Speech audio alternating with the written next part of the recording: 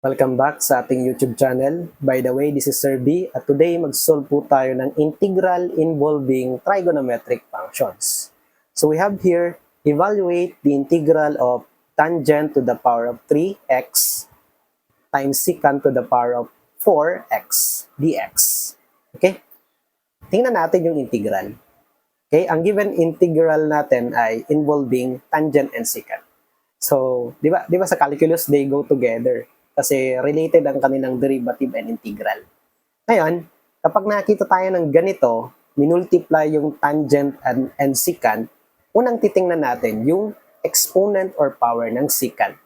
Notice that the power of the secant is 4, which is greater than 2 and even, right? So, first, i-rewrite muna natin ano. So, we have integral of tangent cube x secant to the fourth x dx. So we break natin yung secant to the fourth. So that would be the integral of tangent cube x secant square x secant square x dx. Di ba po sa algebra, law of exponents. If you have a square times a square, that is a to the fourth, right? So ngayon, ginawa nating dalawa yung secant. Secant square times secant square. That is secant to the fourth. Okay? Now, i-group muna natin yung tangent cube at secant square. Okay? So, gusto ko kasing itira yung secant square x dx. Kasi, eventually po dito, gagamit tayo ng integration by substitution. Alam naman natin na ang derivative ng tangent ay secant square x. Okay? Kaya, ginroup muna natin. So, ngayon, dapat, itong nakaparenthesis, kailangan ma-express natin siya in terms of tangent alone. Okay? So, ano ang gagamitin natin? Ano yung secant? Okay? Ano ba yung secant? Secant square? Okay? Diba? We have cosine square of x plus sine square of x equals 1. The Pythagorean identity. And kung magdi-divide po tayo dito ng cosine square of x each term, ano ang mangyayari? We can produce another identity. So this is 1 plus tangent square of x equals secant square of x. Diba ang secant is the reciprocal of cosine. So yan. Sa madaling salita, yung secant dito ay 1 plus tangent square of x. Okay? Yan. Kaya dapat marirecall natin yung mga Pythagorean, yung mga trigonometric identities what I mean. Yung formula kasi, dapat hindi lang siya sinasaulo Pero mas maganda na memorize natin. But formula need to be understood. Diba? Kaya kanina, hindi ko lang basta binigay yung formula, Actually, dinerive natin, di ba? Kung alam mo yung Pythagorean identity, then you can derive another formulas. Okay?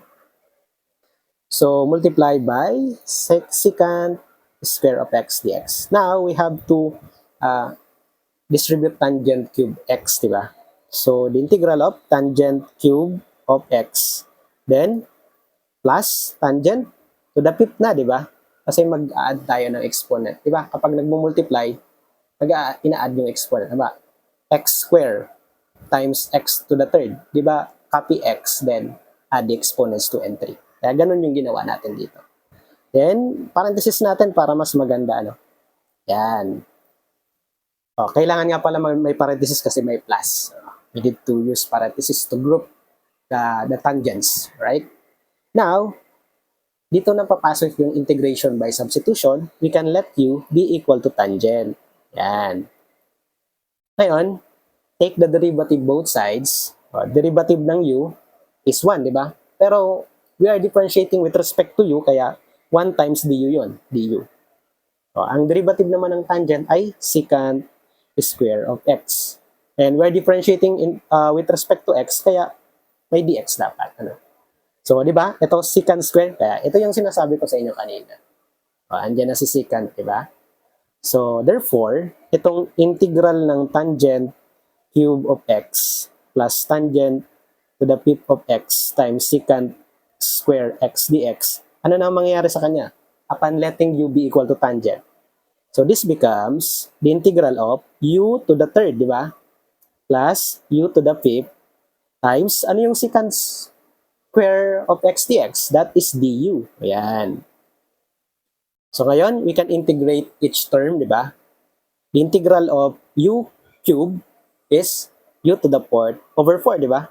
Applying the power rule. Mag-add tayo ng 1 doon sa exponent, kaya naging 4. Tapos kung ano yung exponent, ganun din, yun yung magiging denominator.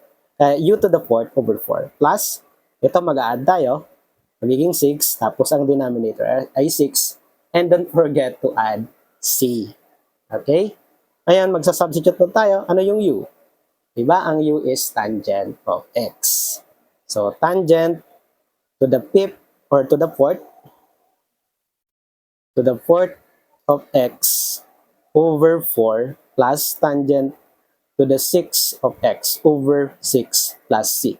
And that is our final answer. Thank you so much for watching.